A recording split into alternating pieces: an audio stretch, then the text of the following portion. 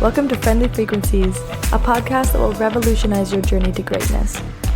My name is Carmen McLeod. I am traveling the world as an artist, tour guide, and life coach, documenting the powerful lessons that I learn about myself and what it takes to live a life of true happiness and freedom.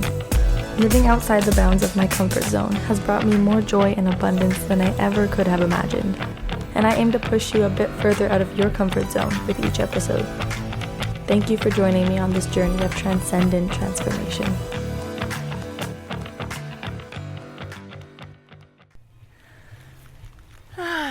Okay, welcome everyone. My good friend Mica is here to talk with me, and I'm so excited because she's one of the most amazing people I've ever met, and we have had some incredible conversations about literally everything, and I just want to share it with you because she's got some powerful energy that I feel is something that you can benefit from, and she's just got a lot of diamonds to share. So thank you for being here, Mica. We have no structure for this episode. We're just gonna have a chat, and I'm sure something will resonate, and we're gonna see how it goes. Yeah. Thank you for that beautiful introduction. Yeah, I feel like the feeling's definitely mutual. Like when we're in a space together, we really bring out like a flow of conversation in each other, and we can delve into so many different topics. So it'll be nice to dive into that with you today. Definitely, yeah, thank you. So do you want to just start by talking about a little bit about who you are and how you got here? Okay, so most of my journey so far has been surrounding travel. I grew up in South Africa, and I left my country when I was 18, and basically just with this deep desire to explore many different places and gain new perspectives on different cultures, and live life through the eyes of a local. This was like my goal in many different situations. And yeah, in order to do that, I worked as an au pair, saved money, and then I would volunteer and make sure like my savings could last as long as possible. And from one country to the next, I ended up in different situations that provided opportunities for me to continue to do that, and ended up a couple years ago getting a job online, which was, I think, my greater vision, to be able to travel without needing to quit a job each time and live off savings. And that slowly guided me here, which is, it's been an incredible experience. I've been at Tiki now in Kopangan for the last month, doing online work for them, website design and graphic design, and meeting incredible people and having the opportunity to really expand through that experience as well. That's me in a nutshell. Amazing. That's the most simplest form as you could ever put it. That's the simplest form I've ever heard. Yeah, the story goes on and ripples but that's the simplified version. Awesome, thank you. Yeah, so Mica and I work here at Tiki Beach in Kopangan together. So with DNA, the new company that I started working for, Mica is also working for, and we were beautifully united. Absolutely.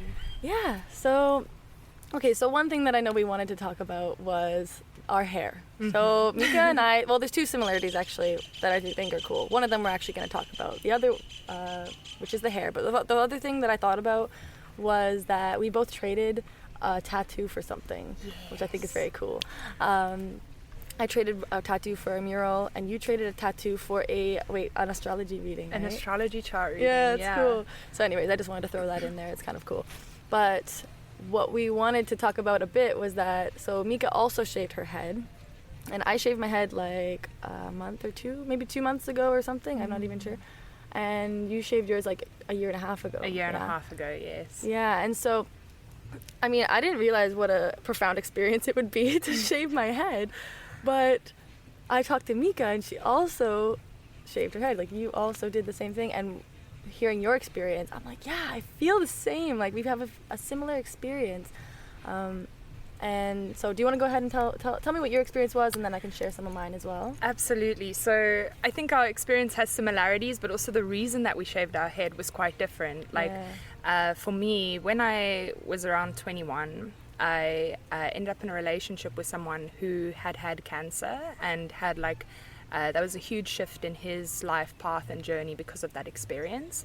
And I just said to him the one day, like, I feel like one day I want to shave all my hair off. I had this long blonde hair. I want to donate it to cancer.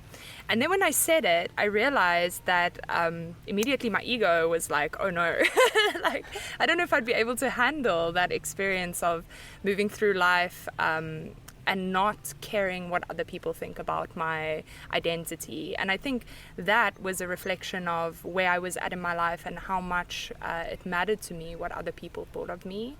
Also, like, long blonde hair is such a symbol, you know, it's like of femininity, I think, of freedom, of beauty, and I wasn't ready to let go of that. But because it scared me, I was like, one day I want to shave my head when I'm ready to step past this ego identity.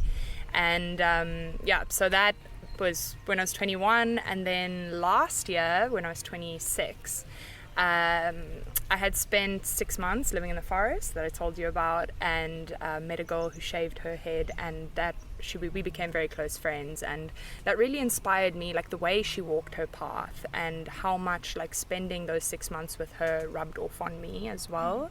Anyway, we ended up leaving the forest together and moving to the city and living in the city for a couple months, like right next to each other. And close to the end of the astrological new year, it felt very symbolic of me, for me, of like Pisces is the last season in astrology. It's really the ending, the closure, the coming to an end of a cycle that we go through over 12 months. And that's on the 21st of March, 21st of March, where then it goes into Aries, which is the first zodiac sign in the cycle of astrology. And Aries is all about initiation, taking action, new beginnings, like a fresh start, you know, like the feeling of being like, like a baby, you know, in a new cycle of life. And I think because astrology was so significant to me, and still is, but at that time it was just such a big part of my process, I felt like the weeks leading up to the 21st of March last year, I said to my friend Ari, like, I want to shave my head to symbolize the stepping into a new cycle consciously, and take those months that come as my hair grows to really embody this journey of like from the baby through these different cycles into the completion of a new cycle, if that makes sense.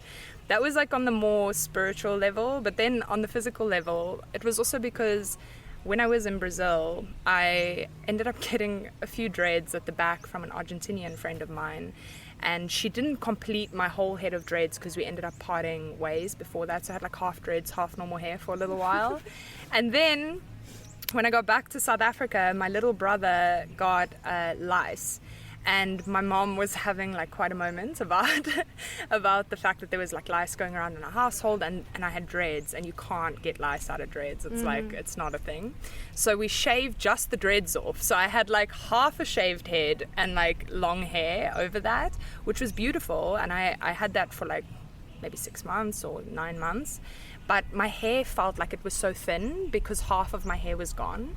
And I think already I started to feel some level of disconnect with like just the way I looked. My hair felt like it was telling me that it was time to go, if that makes sense. Anyway, leading up to the 21st of March, I was like going back and forth about this decision to shave my head. And then as the 21st approached, Ari and I, this is my friend that I was in the forest with, decided to like hold a ceremony surrounding like the letting go of the old and the stepping into the new. And I set actually intentions for shaving my head and what I wanted that to symbolize in my life and what I wanted to learn from that experience. And then she shaved my head for me on the night of the 20th. And it was such a like a naturally psychedelic experience, you know, like. And then I looked at myself in the mirror, and it was so incredible, like seeing just the purity of my face. You know, the hair really like frames you and adds something to you, but when you have no hair, there's just a purity there. The face is really magnified, the beauty of the face. And yeah, I felt like a lot of weight like lifted off, and it was a very beautiful experience. And the days that followed as well, everywhere I went, I felt just like, even engaging with other people, that people were responding to me differently. Yeah, I felt people were actually more open to start a conversation with me, or to comment on my hair. And before, like, I never felt people would just come up and start talking to me, but that started to happen quite a lot. And then but as my hair started to grow back, I think that's where the discomfort came in, because it's like, you then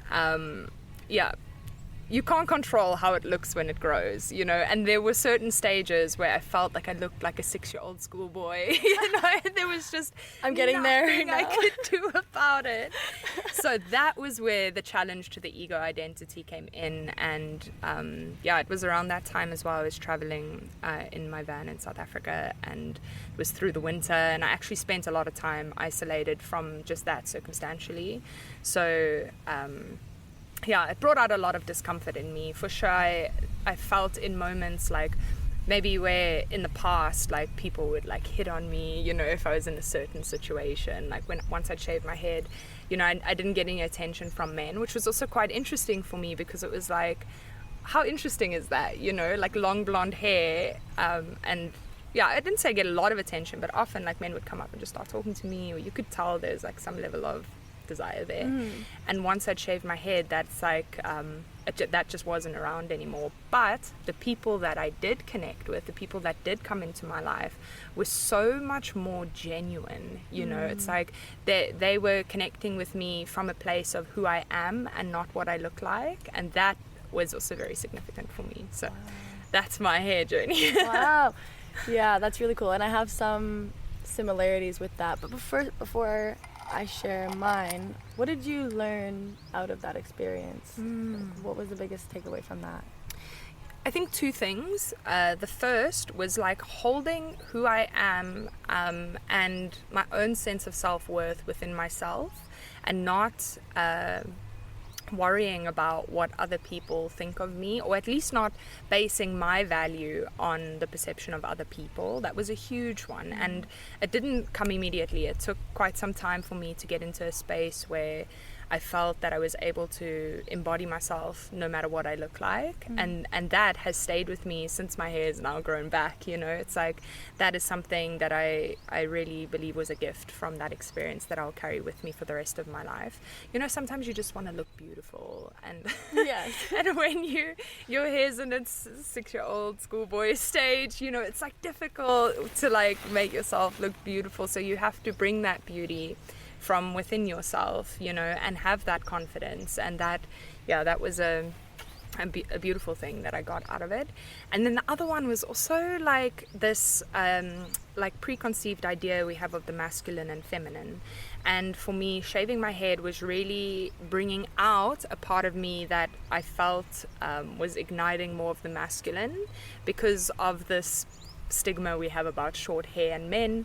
And actually, instead of pushing that away and being like, no, I need to like feminize myself because of the fact that I like looking maybe more masculine now, I actually just embraced it more, you know. Instead of like pushing that down, I allowed it to come out, and like embodied whatever I was feeling in that moment, which I felt sometimes more masculine and sometimes more feminine, and allowed that to just to be present in my life without trying to push it away or more feminize myself. So I think I embraced more masculine energy through that experience as well, which sometimes like is difficult as a woman, because again, you know, we're brought up in the society where people really create a stigma around like women that are more masculine or more feminine, and I don't believe that should be a thing. Within ourselves, we have both masculine and feminine energy, and to bring those two into balance can really ignite a lot in our creativity, in our flow, in our alignment. Like, so that was also a gift. Yeah, I want to talk more about the masculine and feminine energies, but because I feel like that would be an interesting one. I feel that a lot of people, it's something that is whatever, we'll remember it. I'll cross my fingers. I think that's it's a thing that I'm very interested in, and that I've actually had misconceptions about, and that I find very interesting. I think that a lot of people have different ideas about it. So I feel like you're someone who probably knows a shit ton about that. Absolutely. But yeah, I mean, my process through shaving my head is similar in ways. The reason also kind of similar because I had lice. But I remember when Jay and I in India found out we had lice, and we were camping and had very like no resources, and it was just, yeah, it was a shit show. And in that moment we figured out we had lice. And he said, okay, should we just shave our heads? And I got so excited right away. I was like, yes, I want to. And then of course, that was my initial reaction. And then the monkeys come in. Yeah. Oh, you're gonna look like a boy, and your forehead is so square. And, you know, all my childhood, people making fun of me my whole life for having a big forehead comes up. And, you know, just thinking all of these things, right? Because I always felt like a beautiful woman. And I'm like, well, what if I'm not gonna be beautiful anymore? For a bit, I would think that. And it didn't last for too long. I mean, yeah, and then I grappled with it, and then I decided, no, I can't shave my head. Like, my hair is so beautiful. It's been sun bleached from being out in Southeast Asia for so long. It's like, no, I can't. And then after days of just picking out hundreds of bugs and it never being ending and moving from tent to tent back and forth, Jay ended up just going and shaving his head, like, out of frustration, and then comes back and he's bald, and I was like, what the hell? But, yeah, then when I decided to do it, I think I talked to my mom about it on the phone. I was like, what should I do? And she was like, you know, I think there's a powerful lesson to learn from this. This is good content. And by content, she meant like podcast content, not necessarily like Instagram content. It was like, this is something that actually I feel like you're going to learn something from. There's going to be a deeper lesson to this. She's like, I think you should just say fuck it and do it. And so after thinking about it a lot, I did it, and immediately I felt beautiful. I actually felt more confident right away. And I even asked Jay to shave it like a little bit up so it's not completely bald. So because the setting didn't go that long, and even then, so it was all uneven and everything, and I still felt so beautiful. I don't know, and I think it's just the confidence and the beauty that I know that I have on the inside, and that I feel so confident and so powerful in this place of my life that no hair or non-hair could ever change that. And actually it made it more. So yeah, then I was self-conscious a few times here and there, but I felt just like actually more beautiful ever since then. And but the interesting process of this, which we've talked about, is like, it's more about the experience now that I have with other people. So my experience is that other people are treating me like as if I'm more powerful, because my confidence is exuberating to them and radiating, and I have people telling me things that aren't even related to my hair. Things like, you are angelic, you have an angelic energy to you, or you look angelic, you have an angelic face, or just like something about my energy, or just about like, some people comment on the hair, but it's like, it's more about the persona that comes with that. And I get these compliments more than I did before. And I don't know if it's because of the hair, but I think that whatever it is, it's like we're more approachable in a way. Absolutely. Even if we're not being approached by men to like hit on us, right? It's like, it's more, and it's like, great, I don't really want that anyways, right? But yeah, so I just found it very interesting. Like, my confidence raised, and I don't know if it was a shift that people saw that in my confidence, and that's what drew them to me.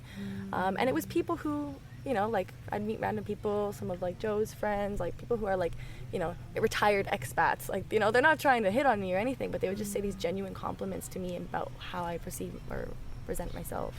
So I think it has to do with the hair, and so I think it's really cool that we were able to experience such a beautiful experience from shaving our head.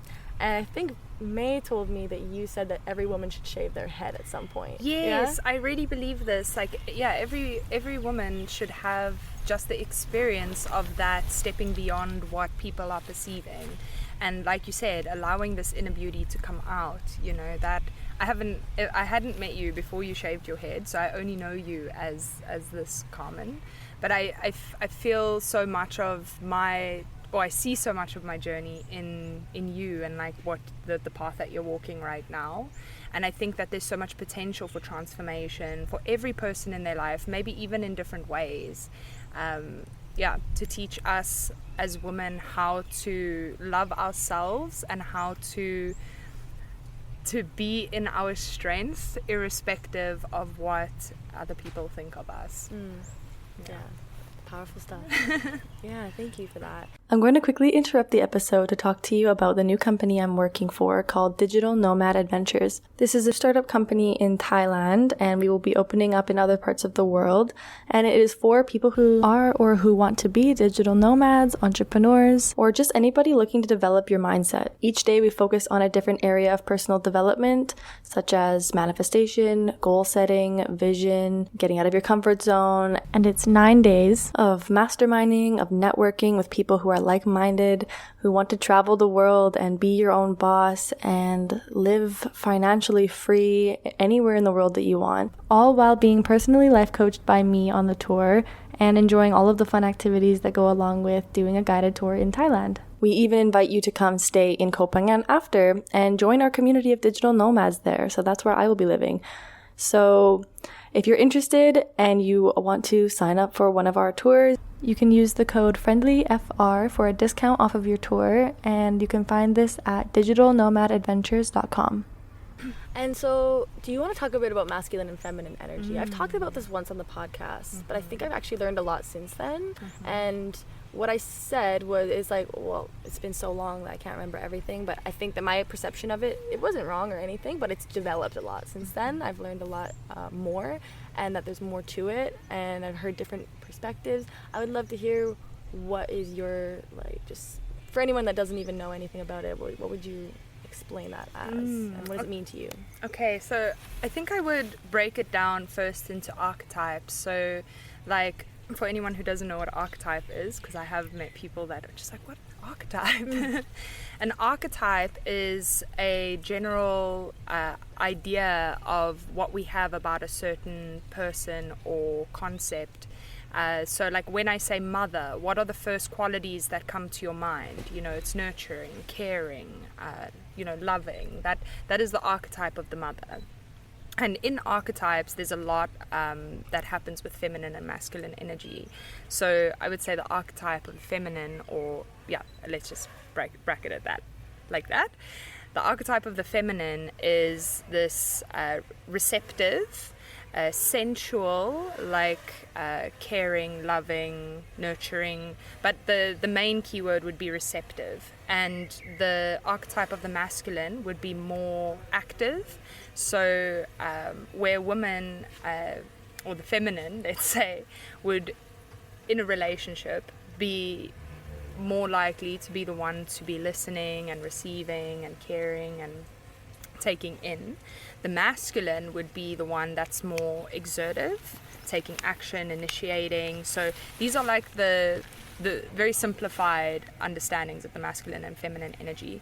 But we all have the masculine and feminine within ourselves. And I think because we've grown up in a society where it's like, okay, I don't know, even when I was a child, it's like, boys like blue and girls like pink. It's like, it's so simple, but it's like, we're taught from such a young age, girls have long hair, boys have short hair. Girls wear dresses, boys wear shorts. Like, there's such a disconnect between the masculine and feminine. And I believe that really creates a disconnect within ourselves of what we should embody as a woman or should embody as a man. And the more I've delved into just books about spirituality and energy work and things like this, they talk a lot about the masculine and feminine energy. And when we are able to bring this masculine and feminine into balance within ourselves, it actually ignites, I can't remember the exact word in this moment, but it ignites something within our brains that lights up, and that it creates a sense of one-pointed awareness, flow, creativity, like when that energy is completely in balance. And then that can be taken one step further into speaking about how we go through our day and what we spend our energy doing. So from that summary of the masculine and feminine, receptive, active, you can even go as far as to say, if you are spending things in your day doing things that are predominantly masculine or predominantly feminine, that could bring a balance or imbalance into your internal masculine and feminine energy. So for example, like doing something that's logical, analytical, that is masculine, or like left-brained, they would say.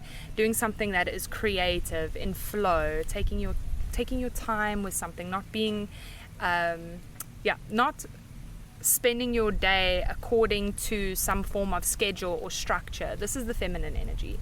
So people that go to work and work a 9-to-5 job, even a woman goes to the office, works a 9-to-5 job, does paperwork, does calculations, like I don't know, I've never worked an office job, but let's just say those hours of her day are being spent in the masculine energy, or where like woman that's maybe not working a 9-to-5, taking her day, maybe let's say it's a stay-at-home mom raising kids. Sorry, I'm like going through a lot of like roles here, but I'm not necessarily wanting to highlight the roles of the masculine and feminine.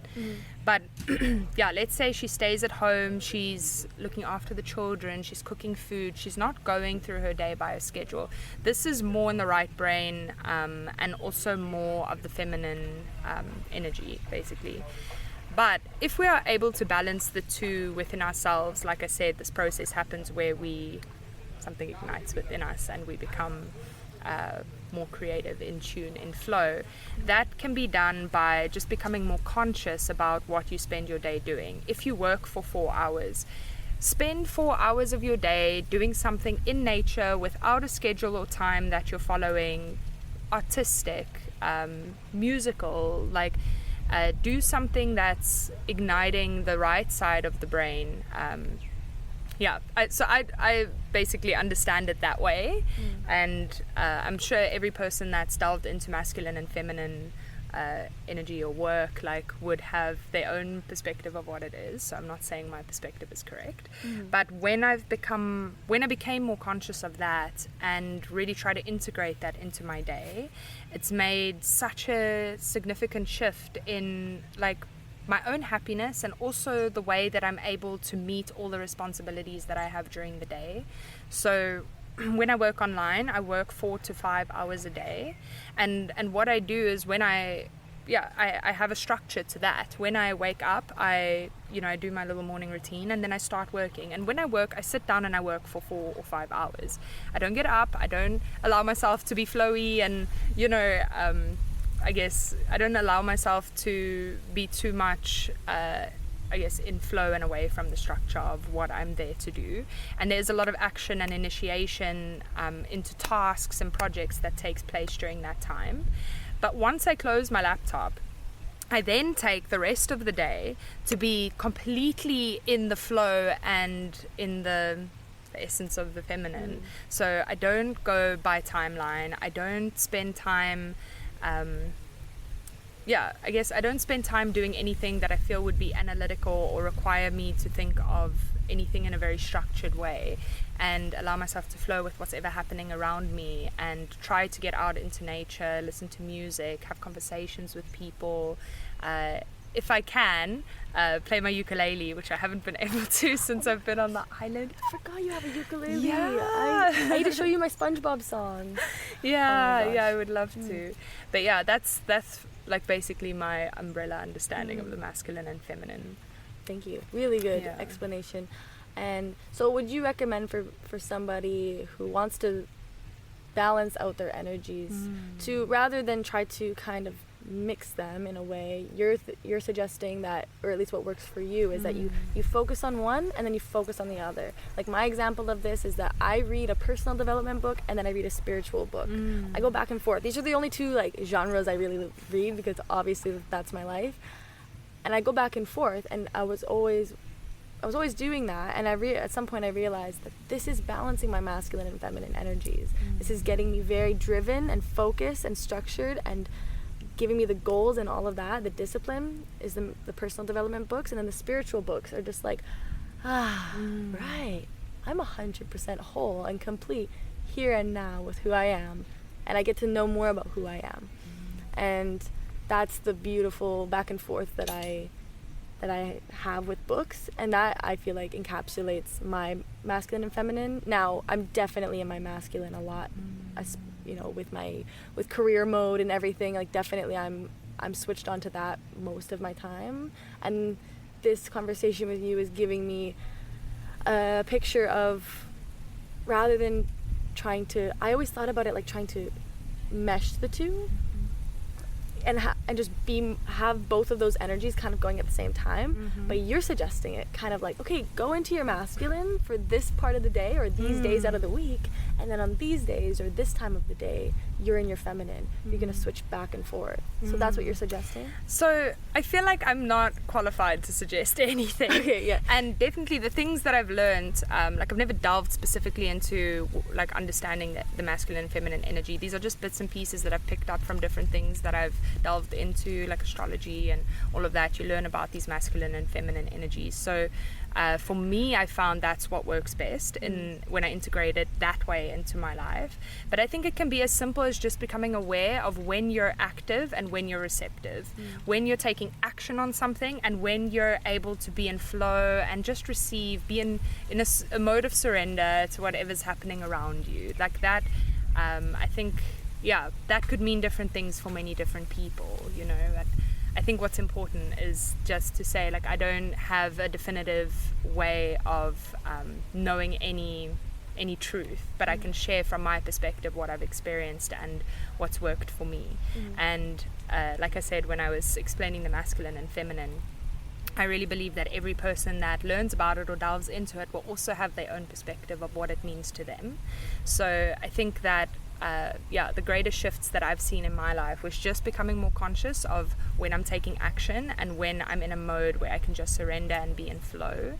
You know, there's something really beautiful about the feminine energy and really just being able to just be, you know, to just go lie on the beach for an hour and just be there and just be present, you know, not to be doing anything, not to be on any timeline. Like that for me, integrating that into my life, because I would definitely say I was a lot more in the masculine, just in the way that my life had unfolded. Like I love working. I feel like work has such a big part of my life journey, and it's been in my life through every part of my travels as well. Work has been the center point of why I'm somewhere, or the people that I'm meeting, and to integrate that surrender, receptive, resting part of my experience, I think brought me more into balance. I think when we're too much in the mode of taking action and fulfilling certain obligations and responsibilities and working on this timeline structure, like that for me, I felt also left me feeling quite like, what's the right word, like tired, or maybe a little bit more stressed out than if I had actually just taken the time to balance that with being in the feminine, being receptive, being soft, being nurturing towards myself, nurturing towards others, holding space for other people. That's a very feminine quality, you know, or quality of the feminine. But yeah, I also want to highlight through this whole conversation, like,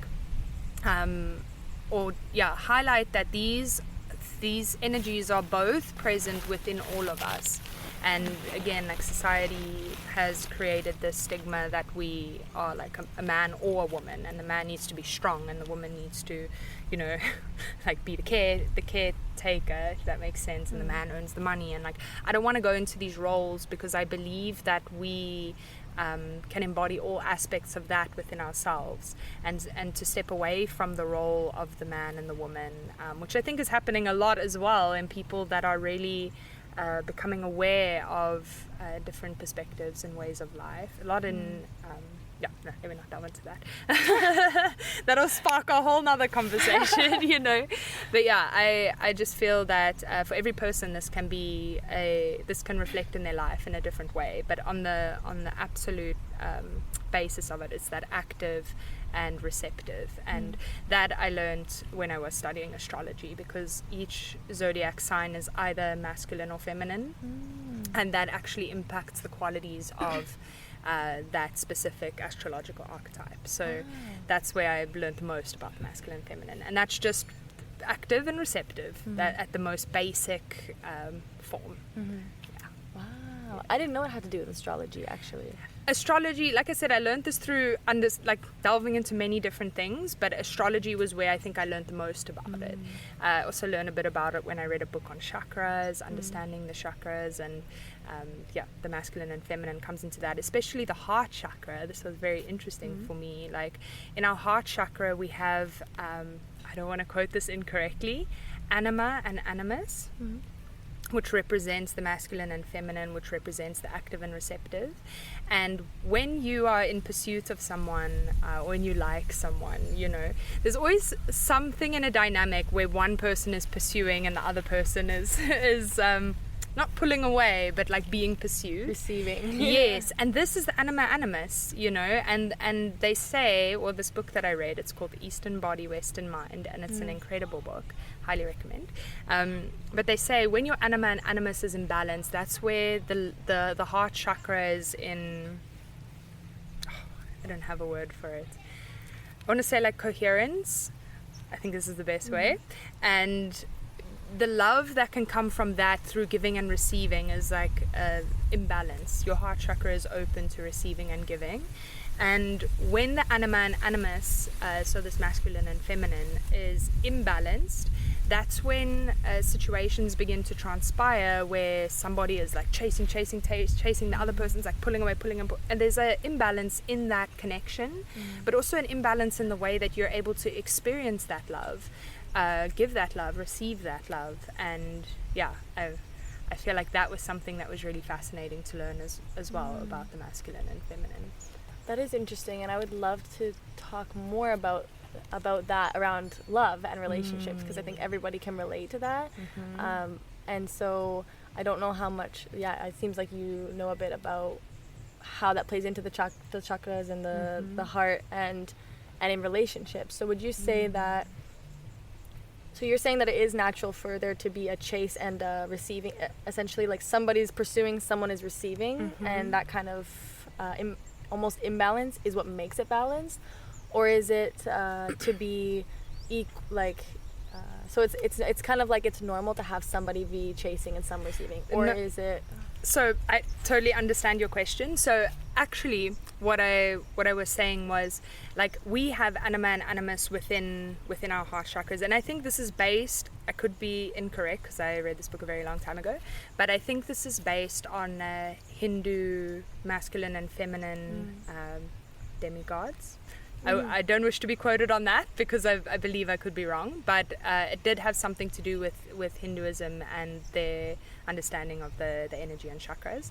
But anima and animus represent the masculine and feminine within ourselves, and they represent our capacity to pursue and to be pursued, our desire to pursue and desire to be pursued.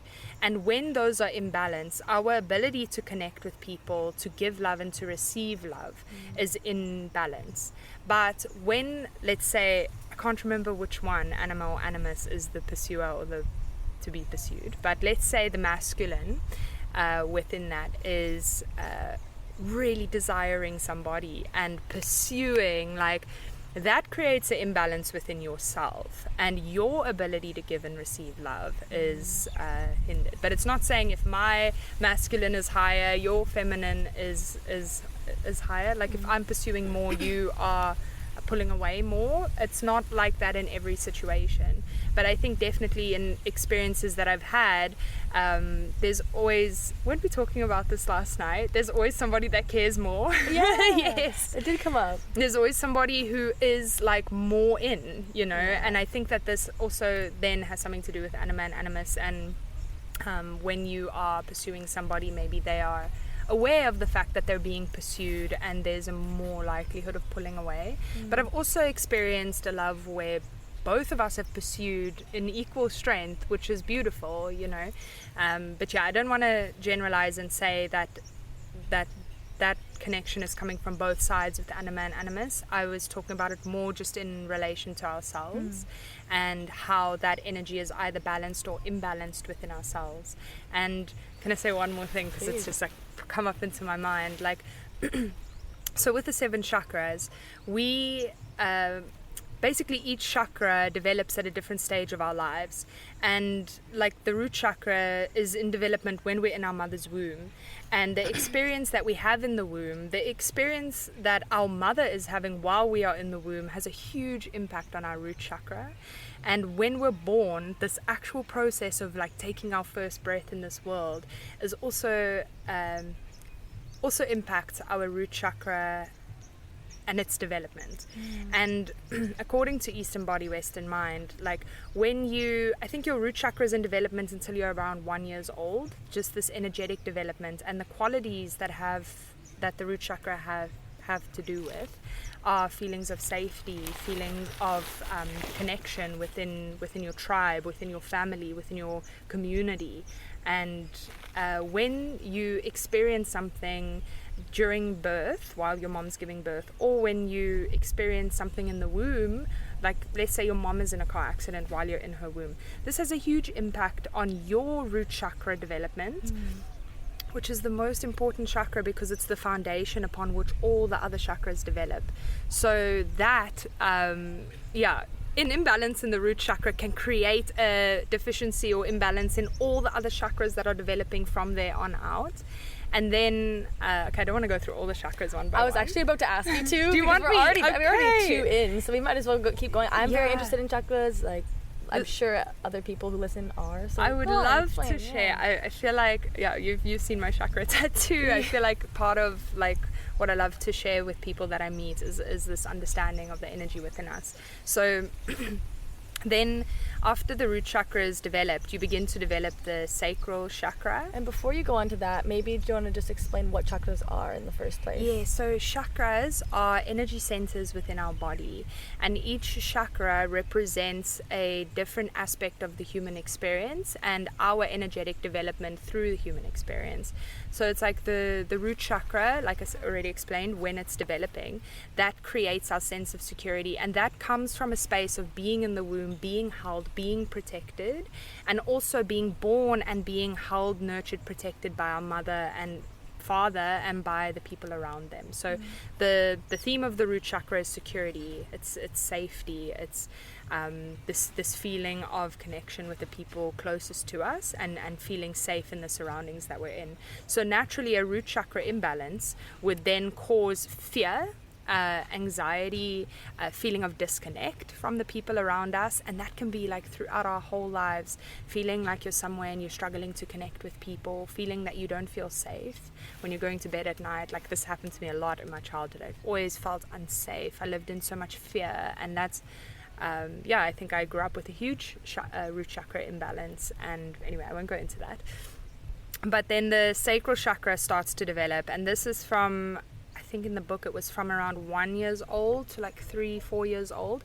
And the sacral chakra represents our emotions and our memories, and it's developing during a time where we're beginning to understand how to express love to our mom and dad, how to communicate with other people and connect, and even beginning to experience emotions for ourselves as a child, like feeling happiness, feeling sadness, feeling anger and frustration. Like, think of a little 3-year-old like really having a tantrum about something, that's really the forming of this energy center of emotion. And as we get older as well, our sacral chakra holds a lot of our memories of childhood, memories of relationships, experiences, connections with other people. It's all held in the sacral. And these two, because this is also, the root chakra is where our reproductive organs are, so it's at the tip of the spine. And then the sacral chakra is right below the belly button, and this is where our reproductive organs are. And the sacral chakra also represents our sexuality and our ability to engage sexually with other people in this process of creation, like growing a fetus in the womb of a woman. This is all sacral energy. And when I get to the throat chakra, I'm going to jump back down to the sacral because I want to explain something about that connection as well. But then you have the solar plexus, which is it's like 2 inches above your navel. And your solar plexus begins to develop when you're maybe, like, let's say these are very general ages, and I think rather check in with Eastern Body, Western Mind to get the exact ages, because I can't remember the exact ones, but I remember connecting it with different phases of life. So from when you begin to understand the sense of I, like, let's say from 4 years old to like maybe 9, 10, you begin to understand this individuality, like I am. And this is really what the solar plexus represents. It's the identity, it's the individuality, it's the who I am and how I am showing myself to the world. And the ego, you know, it's all held in this solar plexus. And what I found most interesting about learning about the chakras was that these 3 develop naturally within our life cycle, but so many people get stuck in the solar plexus, and never develop even to the heart chakra and above. And if you think about just the general state of our society, how many people are living in the ego, identity, money, I need to be better, I need to show that I'm wealthy, I need to have the best clothes. This is all solar plexus chakra, like people really holding on to their individuality. You know, we've lost our sense of wholeness, of oneness, community, connection. And she explains in the book that a lot of people don't develop past the solar plexus chakra. So even though in childhood this is developing, the energy center itself is developing through those years of 4 to maybe, it could be older, 12, 13, let's say around that time. That is something, or a place where a lot of people's the igniting of that chakra doesn't develop from the heart and upwards. And then after that, the heart chakra would begin to develop. So, okay, wait, I just want to define between these 2 things, like the development of a chakra and then like the igniting of the chakra. So the development of the chakra happens for every person. Every person's energy centers develop, but not every person ignites the full capacity of that chakra. Does that make sense? And when you talk about the solar plexus and how that's kind of responsible for the ego in the Western culture, for example, it's more of an imbalance in that creates the ego driven and the, you know, material obsessions and things like this. That's an imbalance, rather than, of course, that energy center isn't the cause, it's actually an imbalance, and that is absolutely. The cause. So it's kind of the opposite, right? I just want to clarify that. No, absolutely. Thank you for clarifying. We all have the capacity and the potential within the development of each energy center to embody the highest qualities of these energy centers or the lower or imbalanced qualities. And she explains a lot about the different qualities, of a balanced and an imbalanced chakra. And then, if I had to start talking about that, we'd be here for the rest of the day. But basically exactly what you said, what is causing these issues is an imbalance, either an overstimulation or an understimulation of that energy center. But back to the development of the energy centers, when we begin to experience some sense of love with another being, and this begins to develop during our teenage years, you know, you have your first boyfriend or girlfriend and you love them and you experience this thrill of I guess what they depict in movies, or, you know, what we imagine love to be. You begin to form the heart chakra and the capability to give and receive love. And then when you're older, maybe late teenage years, early 20s, the throat chakra begins to develop. So that's then how we are communicating, how we are creating things in our life through this energy center, and how we're also able to receive and understand other people. This is all throat chakra. And then the third eye, which I think a lot of people have heard about, and there is a lot of positive and negative connotation with the third eye, but the third eye is basically just your intuition. It's we see the physical through our 2 eyes. The third eye, we tap into the energetic. And I don't know, before I delved into chakras, you know, a lot of people say to me, you got to be so careful with this third eye, because once you open your third eye, you're going to start seeing spirits. And, you know, I don't know, I heard a lot of things people really try to warn me about. And yeah, it's also very fascinating for me, the stigma that some people have around the third eye, because I believe that this is, the third eye is the unveiling of what we see on a physical level, and the understanding, or a deeper understanding of what's actually happening symbolically. Pattern recognition of things playing out in your life can also be an aspect of the third eye chakra. So in the development of the chakras, this, I guess, happens through your early 20s, and this is to begin to see things as they truly are. And and then the crown chakra, which is at the tip of your head, that is basically the chakra of understanding. It's the chakra of higher wisdom and the connection to the divine. And yeah, like I said, these develop throughout our lives, but not all of us ignite the capacity of each chakra. And so I mentioned earlier, we get stuck in this solar plexus, and she explains that people don't ignite their chakras past that. And these lower three, so the root chakra, the sacral chakra, the solar plexus, these are all earthly chakras. They're the lower part of our bodies. They're grounding us to the earth, to our human experience, to our body, to our mind. And then as you get to the heart chakra, you actually begin to tap into I'd say like the higher aspects of the human experience.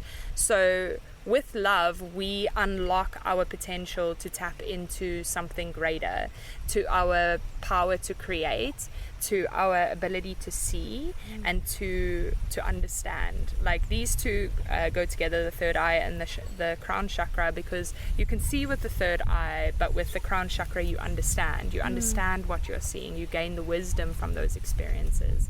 And yeah, like, you know, I often think about within this, like, you know, this stigma that people have about hippies, you know, like, and it could just be from my upbringing, because, you know, my parents or my family are quite like, I would say, like traditional, especially with their roles of the masculine and feminine. And, you know, like I'm very different to that. I'm like embodying my masculine and feminine, and I'm like, you know, so a lot of people back home like call me a hippie, or like, you know, Same. yeah. And then there's like, again, beauty with that. That's a symbol of freedom, a symbol of a search for something, you know, apart from the society and what we grow up in. But I think there's also an aspect of that. Hold on, I've lost my thought. No worries. I have to give it a little bit of time to come back.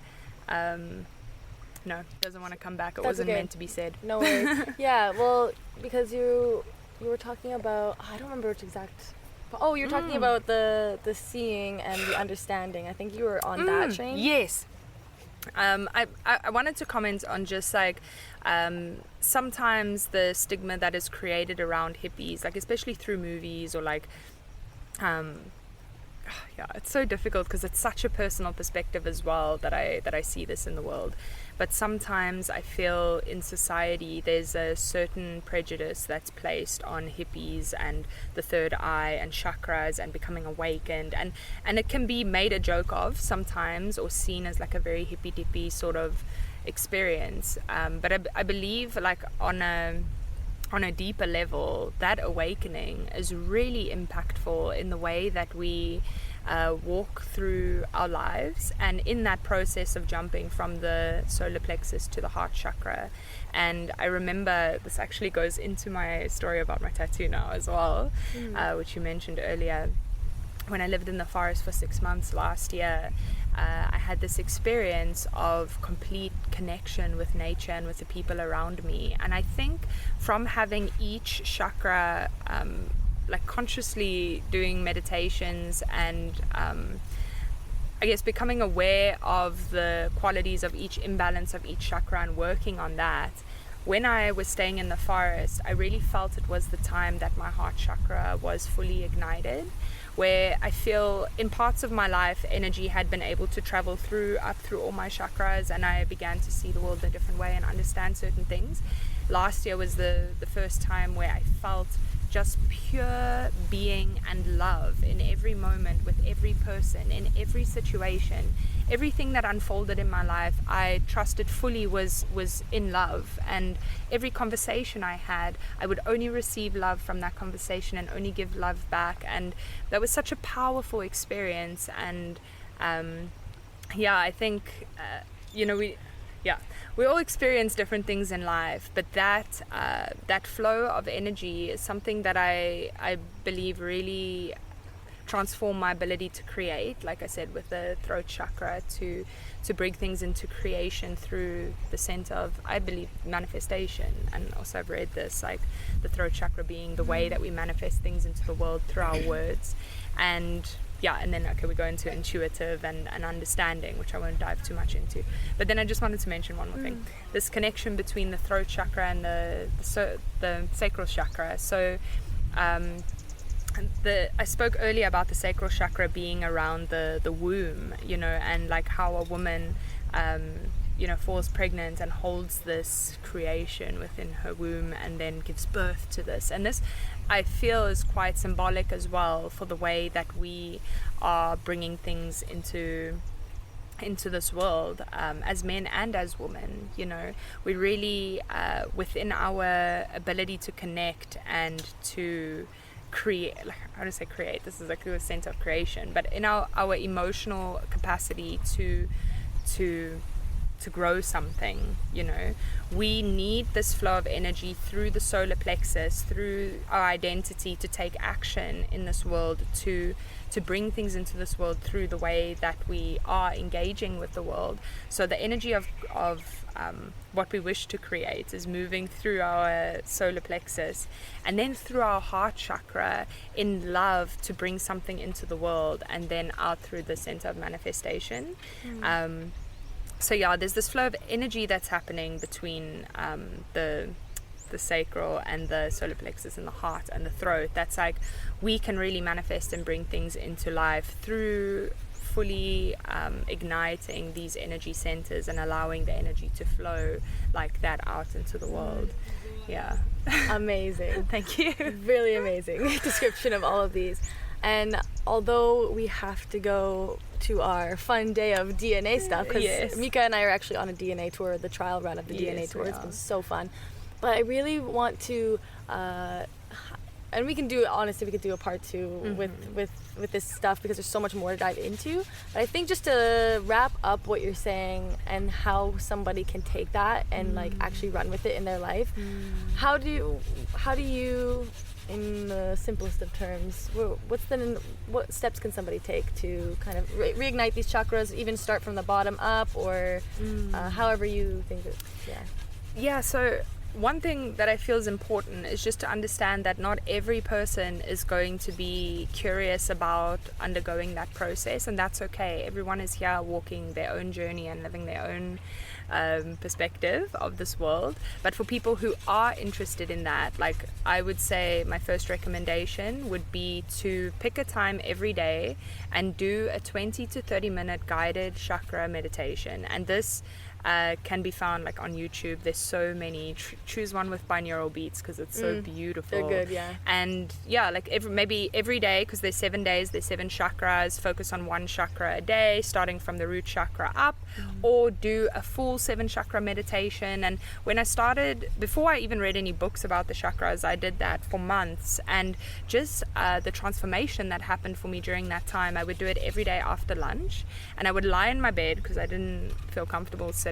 Like, I wanted to be in complete relaxation, and I would do a 30-minute guided meditation. And through those I learned so much about the chakras, because they explain it to you in the meditation, the energy of the chakras, what's going on, creating a balance, visualizing the colors of the chakras. Like that was very powerful for learning, and a very easy bite-sized way to get into just rebalancing and even igniting the chakras.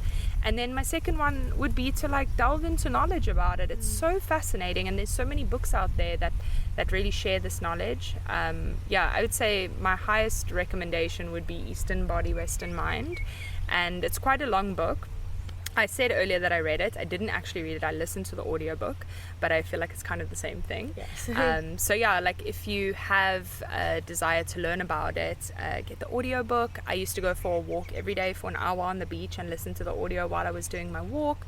And yeah, that for me, that understanding that came with all these different aspects, you know, I think it's 18 hours long, the audiobook. She delves into every aspect of the chakras. And this is written by a woman with a PhD in psychology, and then I think her mother or her father was an energy worker. So she had this scientific, psychological, energetic understanding, and the information that she provides is just so incredible. And she even goes as far as to explain what the imbalances are and exercises to do to rebalance, reignite.